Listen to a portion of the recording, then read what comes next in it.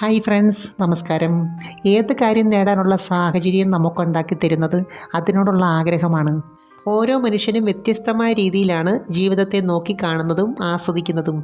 ഒരു വ്യക്തിയെ സംബന്ധിച്ച് ഏത് കാര്യത്തിനകത്താണെങ്കിലും ആഗ്രഹം വരണമെന്നുണ്ടെങ്കിൽ അതിൻ്റെ പിന്നിൽ പല ഘടകങ്ങളുമുണ്ട്.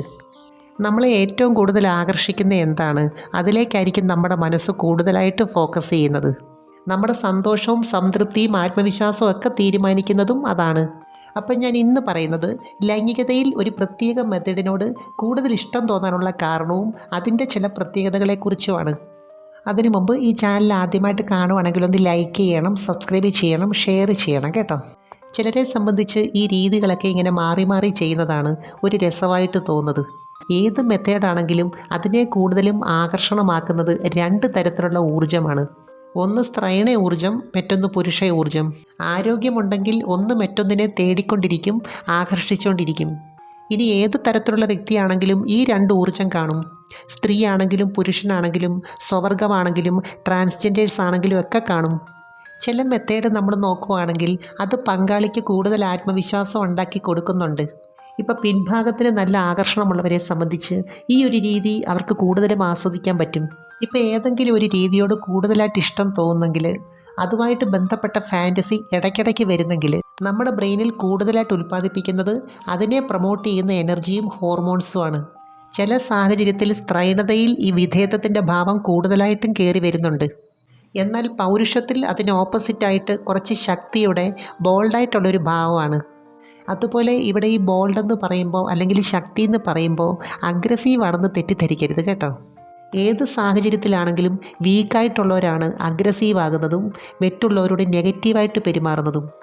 എന്നാൽ ഇവിടെ പങ്കാളിയുടെ പെർഫോമൻസിനകത്തുള്ള ശക്തിയും ബോൾഡ്നെസ്സും ഒക്കെ സ്ത്രീക്ക് കൂടുതലും സന്തോഷവും സുഖവും ഒക്കെ പകർന്നു കൊടുക്കുന്നുണ്ട്. ഞാനീ പറഞ്ഞ അടിസ്ഥാനപരമായൊരു കാര്യമാണ് കേട്ടോ. എന്ന് കരുതി എപ്പോഴും അങ്ങനെയാകണമെന്നില്ല, എല്ലാ മെത്തേഡിലും അങ്ങനെയാകണമെന്നില്ല, എല്ലാ വ്യക്തികളിലും അങ്ങനെയാകണമെന്നില്ല. ചിലരെ സംബന്ധിച്ച് ഫോർപ്ലേയുടെ രീതികൾ തന്നെ കുറച്ച് വ്യത്യസ്തമായിട്ടാണ് ഇഷ്ടം. ചുംബനത്തിനകത്ത് വ്യത്യസ്തമായ രീതി ട്രൈ ചെയ്യുമ്പം പെട്ടെന്ന് മൂടാകുന്നുണ്ട്. ഇവിടെ ഓപ്പോസിറ്റ് ഊർജ്ജങ്ങളുടെ ഒരു പ്രത്യേകത എന്താണെന്ന് വെച്ചാൽ, ഒന്ന് ചെയ്യാൻ കൊതിക്കുന്നു, മറ്റൊന്ന് ചെയ്യിപ്പിക്കാൻ കൊതിക്കുന്നു. ഈ ഒരു പൊസിഷനകത്ത് അത് കൂടുതലും വ്യക്തമാണ്. ഇപ്പം പങ്കാളികൾ തമ്മിൽ സൗന്ദര്യപ്പിണക്കത്തിലിരിക്കുമ്പോൾ പുരുഷൻ അങ്ങോട്ട് ചെന്ന് പിണക്കം മാറ്റുന്ന ഒരു രീതിയുണ്ടല്ലോ. ഈ സമയത്ത് ചില സ്ത്രീകൾ സ്നേഹത്തോടു കൂടി തന്നെ ഒഴിഞ്ഞു മാറാറുണ്ട്. കാരണം ചില സാഹചര്യത്തിൽ കുറച്ചൊന്ന് നിർബന്ധിച്ചിട്ട് ചെയ്യുന്നത് ഒരു പ്രത്യേക സുഖമാണ്. മിക്കവാറും പുരുഷന്മാരെ സംബന്ധിച്ച് അവർക്ക് സ്നേഹവും വിശ്വാസവും സ്വാതന്ത്ര്യമുള്ള പങ്കാളികളാണെങ്കിൽ പെട്ടെന്ന് മൂടാവും. നമുക്ക് തന്നെ അറിയാമല്ലോ, ഇഷ്ടപ്പെട്ട ആളിൻ്റെ എല്ലാ കാര്യങ്ങളും നമുക്ക് പ്രിയപ്പെട്ടതാണ്. അപ്പോൾ ഈ മെത്തേഡ് ഇങ്ങനെ മാറി മാറി ചെയ്യുന്ന എന്തിനാണെന്ന് ചോദിച്ചാൽ, ഓരോന്നിനും ഓരോ ഊർജ്ജമാണ്. ഉദാഹരണത്തിന് ചിലർക്ക് എല്ലാം ഇച്ചിരി ഹാർഡായിട്ട് വേണമെന്നുണ്ട്.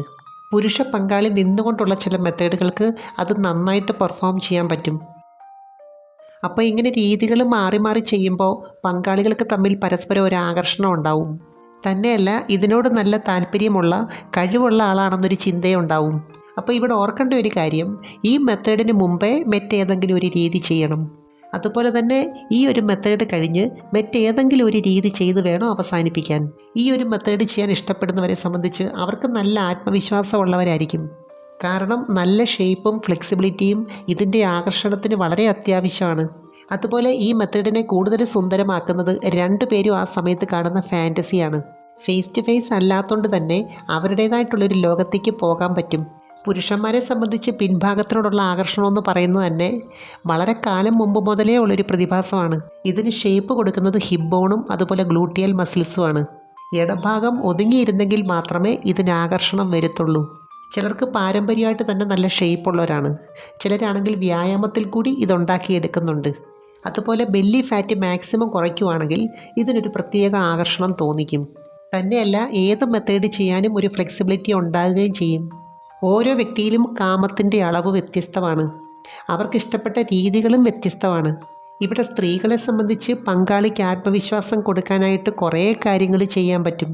അപ്പോൾ ഷെയർ ചെയ്യുന്നതിനകത്ത് താല്പര്യമുള്ളവരെ സംബന്ധിച്ച് ഏത് രീതിയിലാണെങ്കിലും അവർക്കൊരു പങ്കാളി ഉണ്ടാകേണ്ടത് അത്യാവശ്യമാണ്.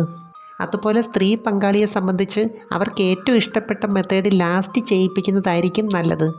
നമ്മളിതിനകത്ത് ഓരോ രീതി ചെയ്യുമ്പോഴും അതിനനുസരിച്ചുള്ള ഹോർമോണുകളാണ് ശരീരത്തിൽ ഉൽപ്പാദിപ്പിക്കുന്നത്. അതുപോലെ ഈ സമയത്ത് മാരടത്തിൽ ചെയ്യുന്ന ക്രിയകൾക്ക് ഏറെ പ്രത്യേകതകളുണ്ട്. നമ്മൾ നമ്മളെ തന്നെ സ്വയം മനസ്സിലാക്കുന്ന അല്ലെങ്കിൽ നമ്മളെ കണ്ടെത്തുന്ന ചില സാഹചര്യങ്ങളാണ് ഇതെല്ലാം തന്നെ. ഇത് പുരുഷ പങ്കാളിയെ സംബന്ധിച്ച് സ്ട്രെസ് ഹോർമോണായ കോർട്ടിസോളിൻ്റെ അളവിനെ നന്നായിട്ട് കുറയ്ക്കുകയും പെർഫോമൻസ് ലെവൽ മെച്ചപ്പെടുത്തുകയും ചെയ്യും. അപ്പോൾ ഓരോരുത്തർക്കും ആത്മവിശ്വാസമുള്ള ഭാഗത്ത് കൂടുതലായിട്ട് പെരുമാറുമ്പോൾ ഒരു സന്തോഷവും സംതൃപ്തിയൊക്കെ തോന്നും. ഇത് പങ്കാളിക്ക് കൂടുതൽ ആത്മവിശ്വാസം ഉണ്ടാക്കി കൊടുക്കുന്നുണ്ട്. ഇതിനകത്തുള്ള എല്ലാ ക്രിയകളും അവർ നന്നായിട്ട് ആസ്വദിക്കാറുണ്ട്. ഈ സമയത്തുള്ള സങ്കല്പം ഉണ്ടല്ലോ രണ്ട് കൂട്ടർക്കും, അതാണ് വീണ്ടും വീണ്ടും ചെയ്യാനുള്ള പ്രേരണ കൊടുക്കുന്നത്. എനിവേ, നമുക്ക് മറ്റൊരു വീഡിയോയുമായി വീണ്ടും കാണാം.